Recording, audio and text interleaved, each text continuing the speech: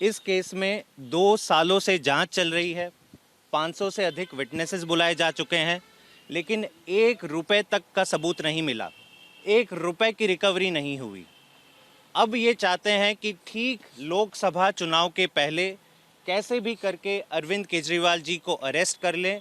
इतना ही नहीं, India alliance के कई बड़े नेताओं पर ईडी की कार्यवाही चल रही है, उनको भी अरेस्ट कर ले ताकि मोदी जी को विपक्ष का सामना ना करना पड़े। इसीलिए ये अरेस्ट की जो बातें हो रही है वो कई दिनों से बीजेपी करती आ रही है।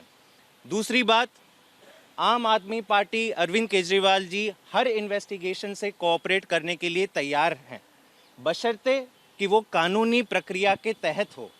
अब तक ईडी के जितने भी समन्स आए हैं वो इलीगल हैं और इसीलिए हमने इस समन्स का रिस्पॉन्ड नहीं किया है। ये खबर कहां से आई कि आज रेड हो रही है? ये कहां से खबर आपको देखिए, मिली है? और ईडी ने कहा है कि ये खबर फाल्स है, झूठी है, कि कोई रेड आज नहीं हो रही है ईडी की तरफ से। देखिए, पिछले रात को पुख्ता सूत्रों के हवाले हमें पता चला था कि ईडी की रेड होने वाली है, अरविंद केजरीवाल जी अरेस्ट होने वाले हैं। और आप इसकी पहले की एक क्रोनोलॉजी देख लीजिए। जब मनीष सिसोदिया जी अरेस्ट हुए थे तो सबसे पहले बीजेपी वाले उन्होंने कहना शुरू कर दिया था कि अरेस्ट होने वाले। ईडी ने खारिज किया था। क्या हुआ? मनीष सिसोदिया जी अरेस्ट हुए। जब संजय जी अरेस्ट होने वाले थे तो सबसे पहले बीजेपी के नेतागण बोलना शुरू कर दिए थे कि 24 घंटे में इनकी अरेस्ट होना तैयारी आप कर लीजिए। ईडी ने तब भी खारिज किया था, लेकिन संजय जी अरेस्ट हुए हैं।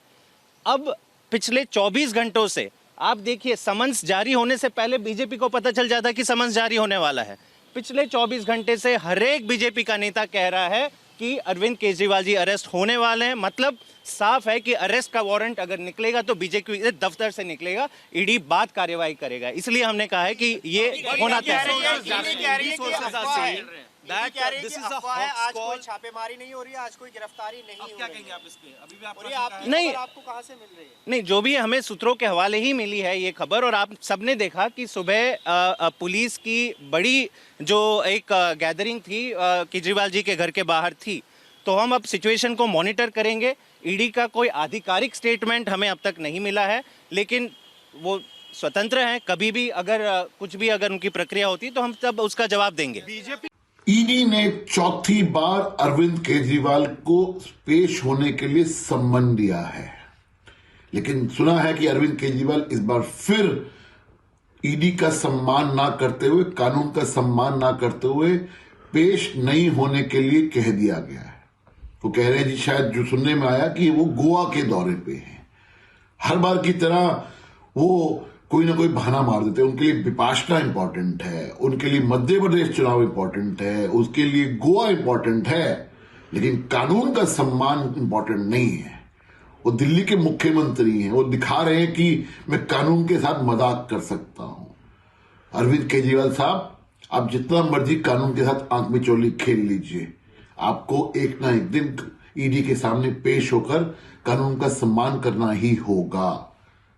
अब कल को, क्योंकि 3 बार जो कानून कहता है कि 3 बार के बाद सम्मन स्किप करने के बाद ईडी के पास ऑप्शन होती है आपको गिरफ्तार करने की।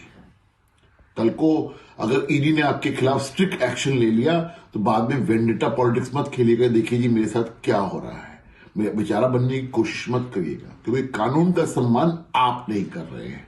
जानबूझकर आप इस ईडी के सम्मन्स को स्किप कर रहे हैं, इवेट कर रहे हैं।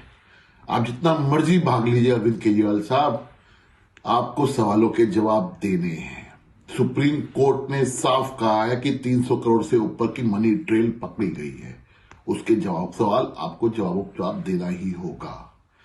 के अरविंद जो मनीष सिसोदिया के पीएस थे, उन्होंने साफ कहा कि आपके घर में और आपकी मौजूदगी में ड्राफ्ट डॉक्यूमेंट दिया गया और उसमें 5% से 12% कमीशन की गई। उस सवालों के जवाब आपको देने हैं। अरविंद केजरीवाल साहब, अपना मर्जी भाग लीजिए, आपको कानून का कभी एक ना एक दिन आपको कानूनी सबके जवाब आपको देने होंगे।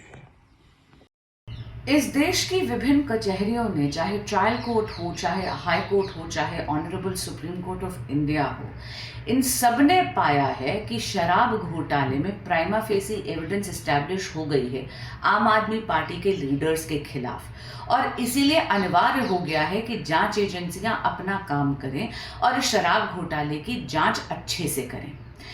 बहुत शर्मनाक बात है कि आदरणीय मुख्यमंत्री अरविंद केजरीवाल जी जांच से भाग रहे हैं। नवंबर 2023 से ईडी प्रयास कर रही है, समन पे समन भेज रही है और आग्रह कर रही है कि केजरीवाल जी आएं और जांच में जुड़ें, लेकिन वो हमेशा अजीब अजीब से बहाने बना रहे हैं। कभी कह देते हैं कि मैं चुनाव प्रचार में बिजी हूँ, कभी कह देते हैं कि मैं विपासना की 10 दिन की वर्कशॉप में जा रहा हूँ, और पिछली बार उन्होंने बहुत ही उद्दंड रिस्पांस भेजा था ईडी को, ये कह के कि ये पॉलिटिकली मोटिवेटेड है, मैं तो जांच में जुड़ूंगा ही नहीं।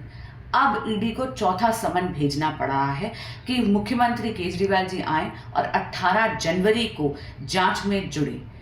केजरीवाल जी, मैं आपको कहना चाहूँगी, section 50 subsection 3 of the PMLA act अनिवार्य करता है कि अगर ईडी का समन आया है तो आपको जांच में जुड़ना ही पड़ेगा, ये मैंडेटरी है। लेकिन आप बार बार इस कानून का उल्लंघन कर रहे हैं।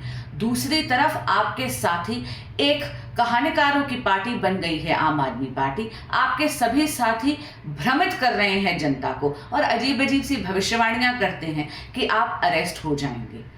मैं आपसे पूछना चाहती हूँ कि इतना बड़ा शराब घोटाला आपकी पार्टी के नेताओं ने करा है, आप जांच से भाग क्यों रहे हैं? आप अगर कट्टर ईमानदार हैं, आपका बेदाग दामन है, तो जाइए जांच में जुड़िए, दूध का दूध और पानी का पानी हो जाएगा। लेकिन जब जब आप निरादन करते हैं समन्स का, तो आप भी विवश करते हैं कि ये जांच एजेंसियां आपके द्वार तक आएं। मुझे ऐसा लगता है जैसे आप चाहते हैं कि ये जांच एजेंसियां आपके द्वार तक आए ताकि आपकी एक विक्टिम कार्ड प्ले कर सके। केजरीवाल जी, आप बहुत ही लापरवाह नेता उभर कर आ रहे हैं। आपको फर्क नहीं पड़ता कि आपके साथी मनीष सिसोदिया जी की बेल 7 बार रिजेक्ट हुई है, वो जेल में है? क्या आपको फर्क नहीं पड़ता कि संजय सिंह जी की बेल रिजेक्ट हुई है, वो जेल में है? आप जांच में क्यों भाग रहे हैं? आप जांच में क्यों नहीं जुड़ रहे हैं? मेरा आग्रह है आपसे, ये VVIP सिंड्रोम छोड़िए। ये जो आम आदमी के आवरण में आप इतने खास आदमी बन गए हैं, इसको एक तरफ रखिए।